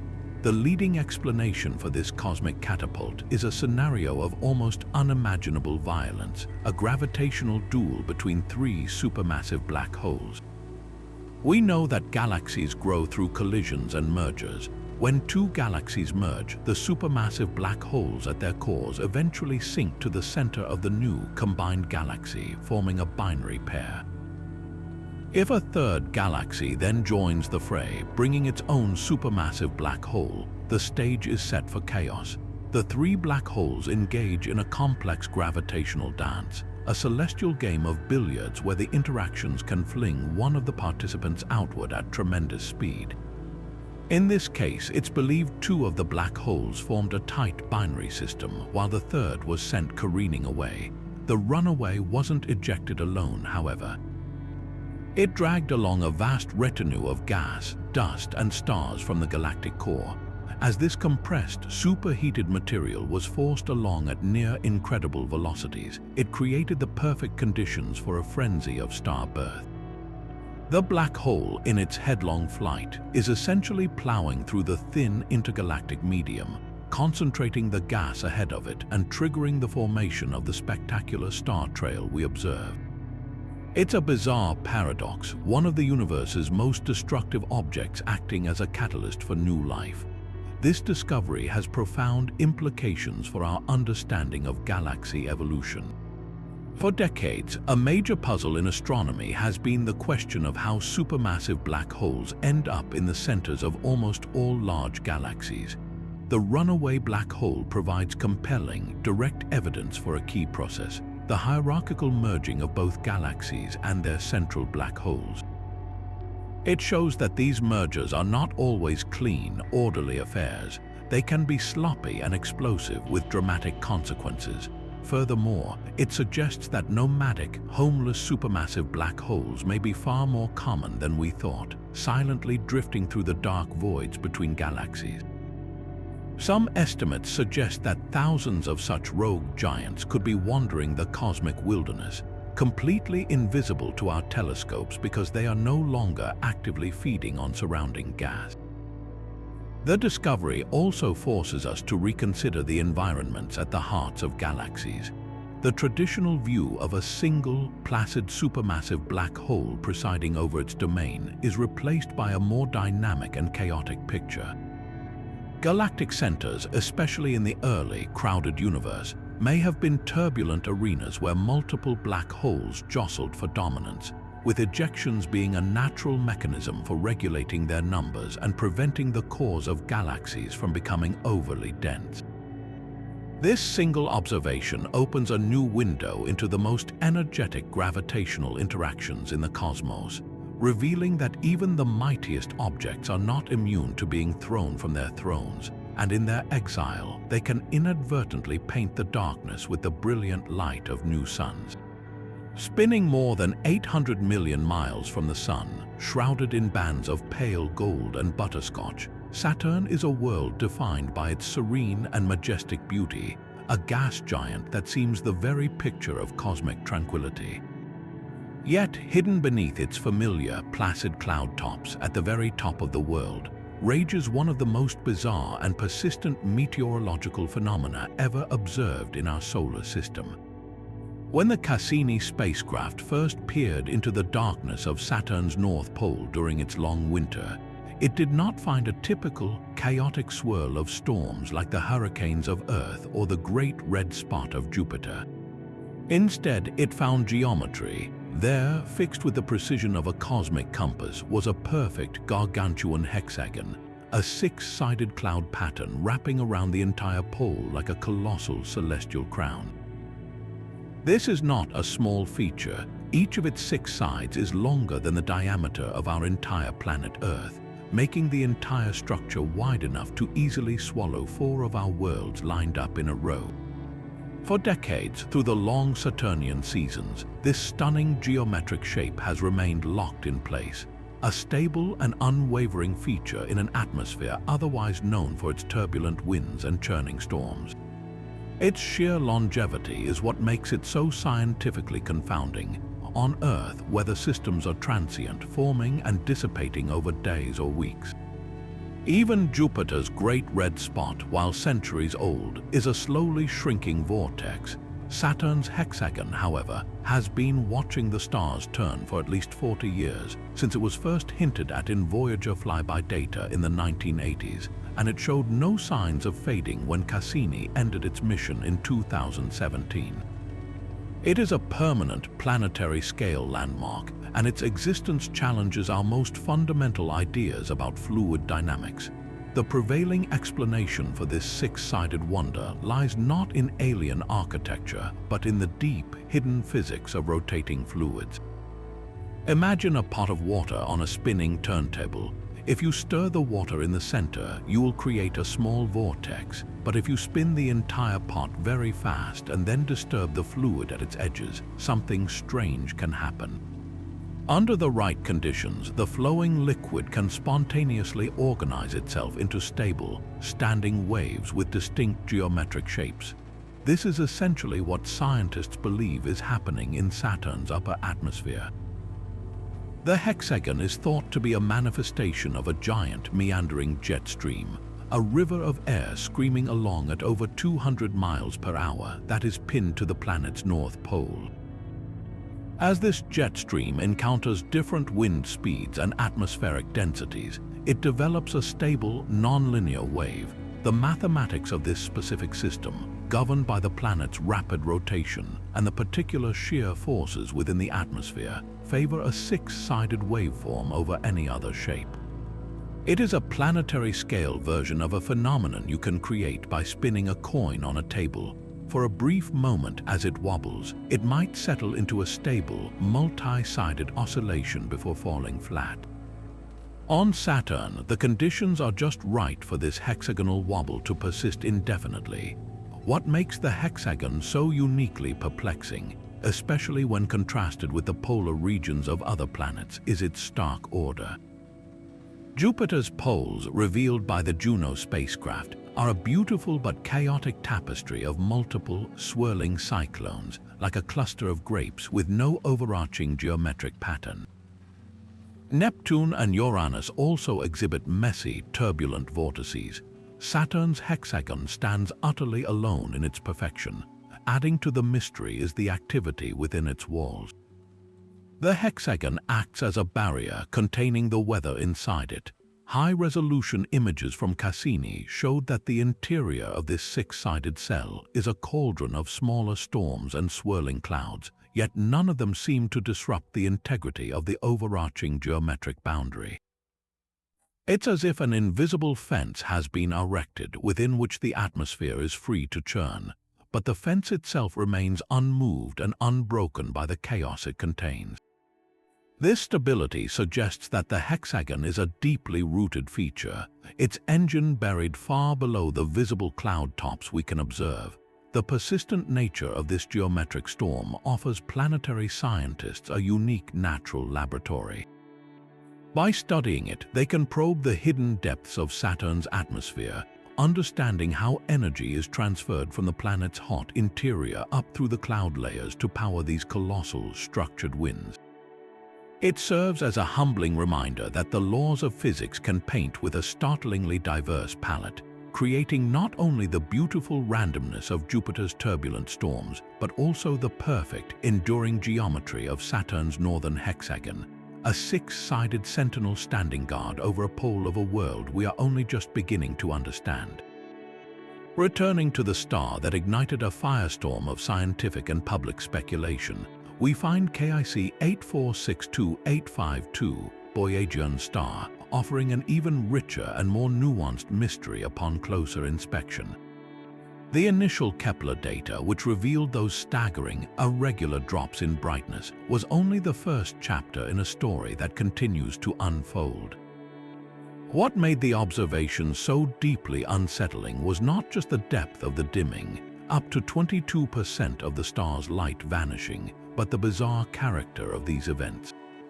Unlike the clean, symmetrical curves caused by orbiting planets, these dips were jagged, almost frantic in their profile.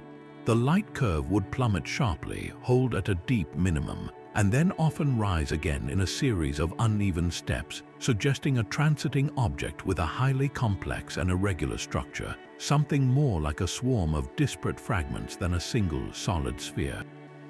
Compounding this strangeness was a separate, long-term trend that unfolded over years.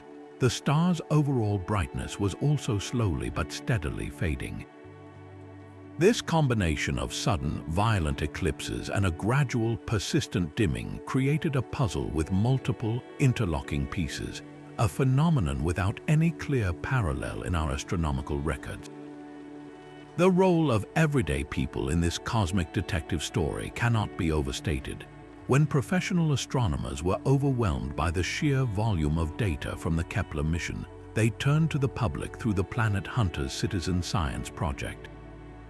It was volunteers, armchair astronomers from around the world, who first flagged this star as being profoundly unusual, their human pattern recognition spotting anomalies that automated computer algorithms had missed. This collective effort did not stop with discovery. When time on major telescopes was denied due to the unconventional nature of the target, the public again stepped in. A Kickstarter campaign, spearheaded by the star's namesake, Tabetha Boyajian, raised over $100,000 in just a matter of weeks, allowing for dedicated monitoring that provided crucial ground-based observations. This monumental effort demonstrated a powerful shift in how scientific discovery can happen, proving that curiosity about the universe is a universal trait and that the quest for answers can be a truly collaborative endeavor between scientists and the global community. The intense scrutiny that followed, including invaluable data from the Spitzer Space Telescope, has gradually steered the narrative away from solid megastructures and toward a more natural yet still extraordinary explanation: dust. A critical clue came from studying how the star dimmed across different colors of light. When the deep dips occurred, observations revealed that the star became fainter in blue light than in red light. This is a classic fingerprint of dust grains, as tiny particles are more effective at scattering shorter, bluer wavelengths of light, much like our own daytime sky appears blue. A solid object like a planet or an alien solar panel would block all wavelengths of light equally, creating a neutral dimming. The fact that the dimming was chromatic was a major blow to the clean, geometric megastructure hypothesis. Furthermore, Spitzer's infrared eyes detected a slight brightening of the star during some of these dimming events. Dust absorbs visible light, heats up, and re-radiates that energy as infrared. This was exactly the behavior Spitzer witnessed, closing the loop on a dust-based model. So, if it is dust, what is the source? The leading theory now suggests a truly cataclysmic event in this star's recent past. Imagine a massive, icy body from the outer reaches of the system, like a giant comet or a dwarf planet, being gravitationally perturbed and sent careening inward. As it swung perilously close to the star, the intense heat and tidal forces could have ripped it apart, shattering it into a vast cloud of debris. This cloud, now spread out along a highly elliptical orbit, would consist of countless fragments of various sizes, from boulders down to fine, powdery dust. As this heterogeneous swarm passes in front of the star from our viewpoint, it creates the jagged, asymmetric dips. The larger chunks cause the sharpest declines, while the fine dust contributes to the gradual, long-term fading as it spreads into a more diffuse cloud around the star. This scenario elegantly explains the irregularity, the color-dependent dimming, and the infrared signature, painting a picture of a dynamic and violent planetary system in the midst of a profound upheaval. Yet, even with this compelling natural explanation, a core shroud of mystery remains. The central, unanswered question is what triggered such a massive disruption in the first place.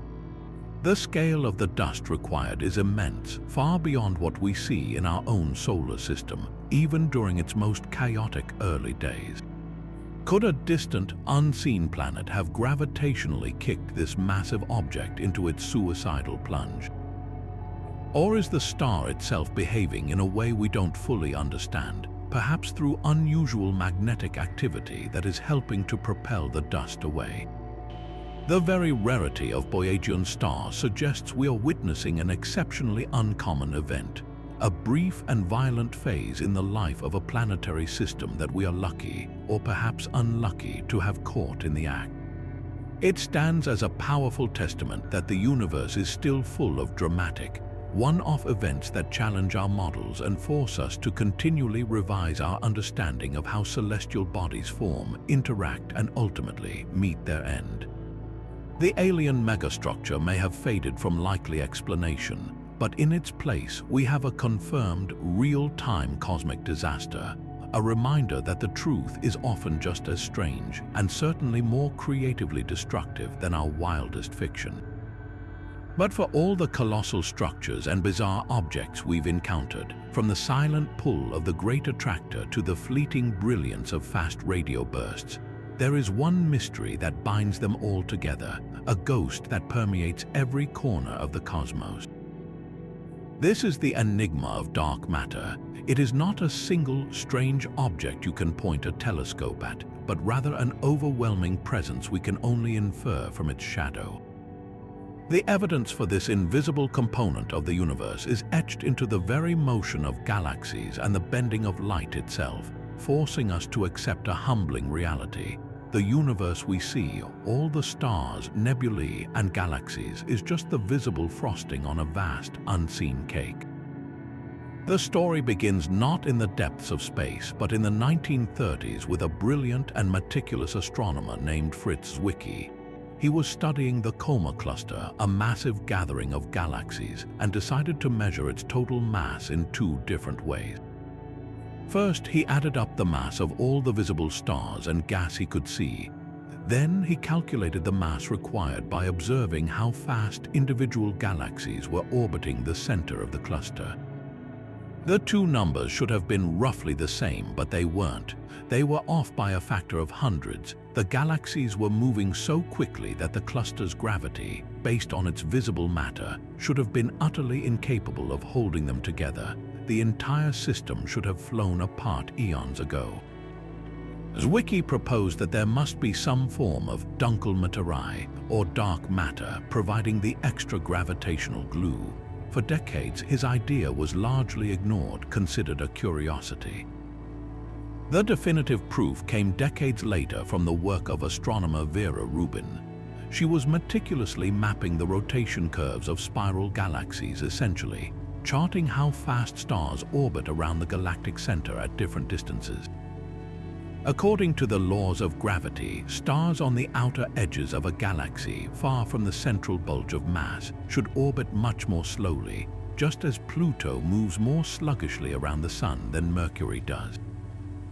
But Rubin found something astonishing. The stars at the outskirts of galaxies were orbiting just as fast as those near the center. It was as if the entire galaxy, from its bright core to its dark halo, was a single, solid disk. The only way this could happen is if the galaxy was embedded within a massive, invisible sphere of matter, a halo of dark matter that extends far beyond the visible edge of the galaxy, whose gravity governs the motion of the outermost stars. This finding was replicated for galaxy after galaxy, confirming Zwicky's initial insight on a universal scale. Another breathtaking line of evidence comes from a phenomenon predicted by Einstein: gravitational lensing. The fabric of spacetime is warped by mass, and this warping causes light from distant background galaxies to bend as it passes a massive foreground object like a galaxy cluster. By measuring the degree of this distortion, astronomers can create a map of the total mass in the cluster, both visible and invisible. Time and again, these maps reveal that the vast majority of the mass creating the gravitational lens is not where the glowing galaxies are, but rather suffused throughout the cluster in a smooth, invisible sea of dark matter. The collective evidence from galaxy rotations, galaxy cluster dynamics, and the cosmic microwave background has led to a staggering conclusion. Approximately 85% of all the matter in the universe is this dark, unknown substance. It is 5 times more abundant than the ordinary atoms that make up our bodies, our planet, and every star we can see. So, what is it? The leading candidate is a hypothetical class of particles known as WIMP, or weakly interacting massive particles. These would be entirely new fundamental particles that do not interact with the electromagnetic force, meaning they don't absorb, reflect, or emit light. They essentially ignore ordinary matter passing through our planet, our homes, and our bodies by the trillions every second without a trace. The hunt to directly detect one of these ghostly particles is one of the most challenging experiments in the history of science. Deep underground, in mines and tunnels shielded from cosmic rays, physicists have built exquisitely sensitive detectors. They sit in cryogenic chambers waiting for the once-in-a-lifetime event where a dark matter particle might bump into the nucleus of an atom in their detector, producing an infinitesimal amount of heat or a tiny flash of light. After decades of searching, these detectors have yet to deliver a confirmed signal, pushing the possible properties of WIMP into more and more elusive territory. This lack of a direct detection has fueled alternative theories.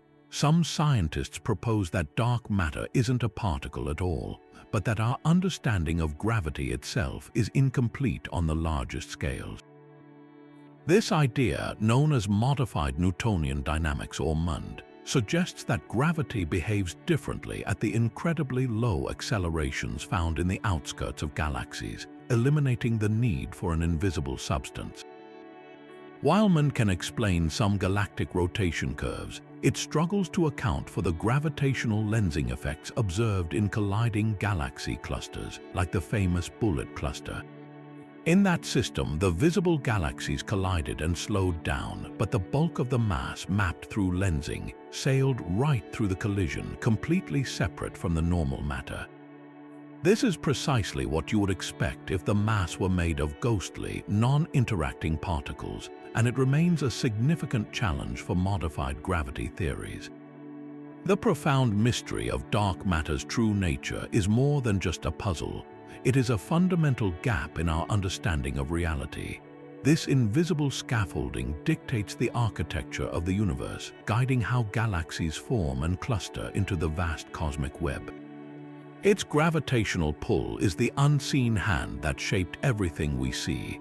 The ongoing quest to identify it is a journey into the heart of physics itself, a reminder that the cosmos is dominated not by the brilliant points of light we admire, but by a pervasive, enigmatic darkness that we have only just begun to sense.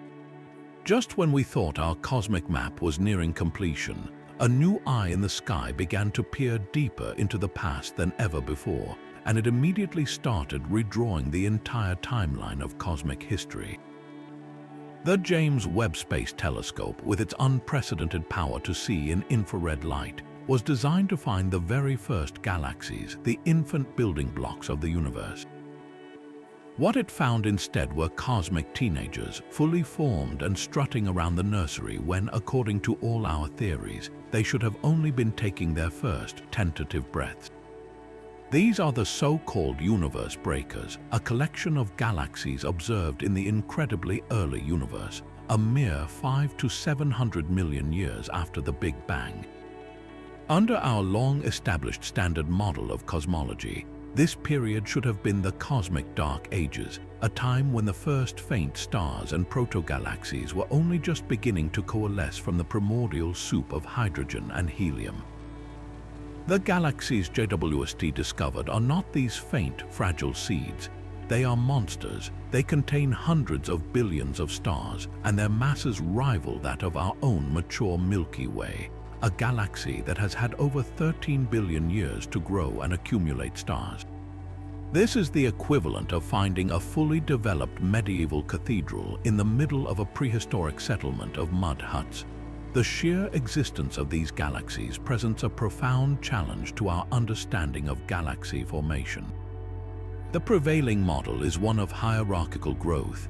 After the Big Bang, small clouds of dark matter began to clump together, creating gravitational wells that slowly attracted ordinary matter. Over billions of years, these small structures merged and cannibalized each other, gradually building up into the large galaxies we see today. The universe breakers shatter this gradual timeline.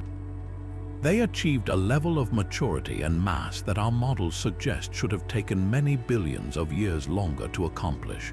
There simply hasn't been enough time since the Big Bang for gravity to work that quickly. This forces a radical rethinking of our most fundamental assumptions.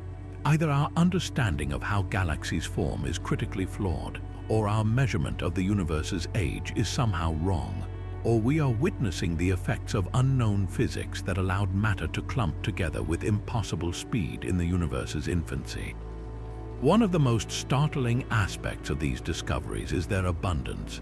This isn't one or two oddball galaxies that could be written off as freaks of nature. JWST is finding them in significant numbers, suggesting that what we thought was a law of cosmic growth might instead be just a local bylaw. If massive galaxies were this common in the early universe, then the processes of star formation must have been extraordinarily efficient, operating at a pace we've never observed and don't fully understand.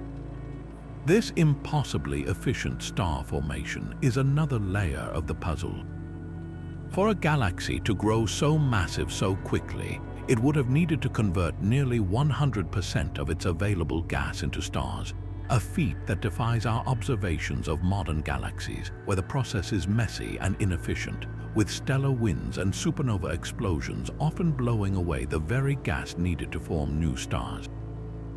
Perhaps in the denser, more pristine environment of the early universe, star formation could proceed in a more runaway, unimpeded fashion. Or maybe the initial seeds of these galaxies were not small clumps of dark matter, but incredibly massive and dense ones, providing a gravitational head start that allowed them to pull in matter and form stars at a breakneck pace from the very beginning. This leads to the truly radical possibility that our standard model of cosmology, the lambda-cold dark matter model, might need a fundamental revision. This model has been incredibly successful at explaining the large-scale structure of the universe, but the JWST findings probe an era we've never been able to observe in such detail before. Could the properties of dark matter be different from what we've assumed? The cold in cold dark matter means the particles move slowly, which allows them to clump together easily. But if dark matter were ever so slightly warm, possessing a bit more kinetic energy, it would suppress the formation of the very smallest structures, potentially allowing the larger ones to form more quickly and efficiently. Alternatively, some cosmologists are revisiting more exotic ideas, such as the influence of primordial black holes. If the early universe was seeded with a population of black holes from the very first instant, these could have acted as ready-made gravitational anchors, around which vast quantities of gas could rapidly collapse, skipping the slower process of building up from tiny dark matter halos. While these are speculative ideas, they illustrate the level of rethinking that is now on the table. The James Webb Space Telescope has not simply given us a clearer picture of the early universe, it has handed us a cosmic riddle that strikes at the heart of our most successful theories. These impossible galaxies are not just curiosities, they are direct evidence that our story of cosmic evolution is incomplete. They force us to confront the humbling reality that the universe's first chapters may have been written in a language we are only just beginning to decipher, a language of rapid, violent, and unimaginably efficient creation that challenges everything we thought we knew about our cosmic origins. And if the thought of runaway black holes is unsettling, consider an even more pervasive population of cosmic drifters, worlds that have been torn from their suns and now wander the eternal night alone. These are rogue planets, celestial nomads that do not orbit any star, but instead drift freely through the cold, dark emptiness of interstellar space. The process that creates these orphans is as violent as it is common. In the chaotic early days of a solar system, young planets jostle for position in the dusty disk around their infant star. During this gravitational tug-of-war, a close encounter between two massive worlds can be catastrophic. One planet might gravitationally slingshot the other, flinging it with such force that it achieves escape velocity, breaking free from its star's grasp entirely and being ejected into the galactic void. Alternatively, a passing star that ventures too close to a planetary system can act as a disruptive intruder, its gravity destabilizing orbits and punting planets out into the deep. The result is a world set adrift, a permanent exile on a journey with no destination. Detecting these dark, isolated worlds is one of the greatest technical challenges in modern astronomy. Without a host star to illuminate them, they are virtually invisible. The primary method for finding them relies on a subtle and beautiful phenomenon predicted by Einstein's theory of general relativity, gravitational microlensing. Imagine a rogue planet drifting silently across our line of sight to a distant background star. The planet's gravity, while minuscule, acts as a tiny lens, warping the fabric of space-time around it. As it passes in front of the background star, this warped space briefly focuses and amplifies the star's light, causing it to temporarily brighten in a very specific, predictable way. The entire event is incredibly brief, lasting from a few hours to a couple of days, and it creates a distinctive spike in the star's light curve, a fleeting signal that betrays the presence of the invisible, drifting world. It is a testament to human ingenuity that we can infer the existence of something as small and dark as an Earth-sized planet from such a transient distortion of light from a star thousands of light years away. This method has revealed that rogue planets are not rare curiosities. They appear to be astonishingly common. Current estimates suggest there could be trillions of them haunting the Milky Way, potentially outnumbering stars by a factor of 100 to 1. This implies a hidden galactic architecture, a dark, floating population of worlds that forms an unseen backbone to our galaxy. The most profound question surrounding these lonely wanderers is whether they could harbor life. The surface of a rogue planet severed from the warmth of a star would be an airless, frozen wasteland where temperatures hover just a few degrees above absolute zero. It seems the very definition of a dead world. Yet, life on Earth has proven to be remarkably tenacious, thriving in the most extreme environments, from deep-sea hydrothermal vents to radioactive mine shafts. For a rogue planet, the key to habitability may not be a nearby sun, but its own internal heat. Many of these worlds, especially larger ones similar to gas giants like Jupiter or ice giants like Neptune, could possess massive, global subsurface oceans trapped beneath a thick, insulating crust of ice. The heat keeping these vast aquatic environments liquid would not come from stellar radiation, but from the slow, relentless decay of radioactive elements in the planet's core, combined with the residual heat left over from its violent formation. This is the same process that keeps the subsurface ocean of Jupiter's moon, Europa, from freezing solid. On a rogue planet, such an ocean could persist for billions of years, isolated from the hostile surface and shielded by a kilometers-thick ceiling of ice. In this eternal, sunless sea, the foundation for life could be chemosynthesis, where organisms derive energy not from sunlight, but from chemical reactions, much like the microbes that thrive around hydrothermal vents on Earth's ocean floor. These deep, dark ecosystems would be completely self-contained, a sealed biosphere independent of any star. The possibility transforms our concept of a habitable zone. We have long defined it as the narrow orbital band around a star where temperatures are just right for liquid water to exist on a planet's surface. Rogue planets shatter that conventional definition, suggesting that life could potentially exist in the most unexpected of places, floating freely in the immense, cold gaps between the stars, completely untethered from any sun. This expands the potential real estate for life in our galaxy exponentially, hinting that the most common abodes for biology might not be Earth-like planets in cozy orbits, but these dark, nomadic worlds, each a potential ark carrying its own isolated, interior sea through the endless night of interstellar space. And so we reach the end of our journey through 30 of the strangest wonders the cosmos has to offer, a tour that has taken us from the silent, relentless pull of the Great Attractor to the impossible, fully formed galaxies glimpsed by the James Webb Space Telescope. We have stood at the edge of cosmic voids so vast they threaten our models of reality, witnessed stars that survived their own explosive deaths, and pondered signals from the depths of space that arrive in a brilliant flash and then vanish forever. We have encountered worlds of diamond, storms in perfect geometric shapes, and the haunting possibility that the bulk of the universe is made of a mysterious substance that forever eludes our detection. Each of these discoveries, from the largest structure to the smallest anomaly, shares a common thread. They reveal a universe that is not only stranger than we imagine, but stranger than we can imagine.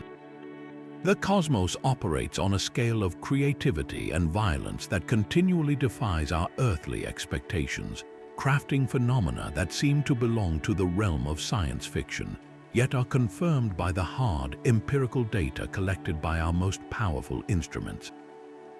This voyage underscores a profound and humbling truth about the scientific endeavor. The solution to one cosmic mystery is never a final period, but merely a comma, an invitation to a deeper and more complex set of questions. Consider the path we traced. The mystery of the Great Attractor led us to the enigma of dark matter, which in turn connects to the baffling early galaxies that challenge our entire timeline of cosmic evolution.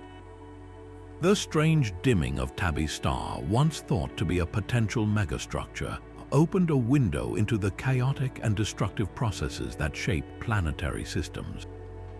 Every answer unravels a new layer of the puzzle, proving that our quest for understanding is an endless, evolving conversation with the universe. This is the beautiful, relentless engine of discovery, each revelation stretching the boundaries of our knowledge and pushing us to think bigger, to question more deeply, and to build ever better tools to peer into the darkness.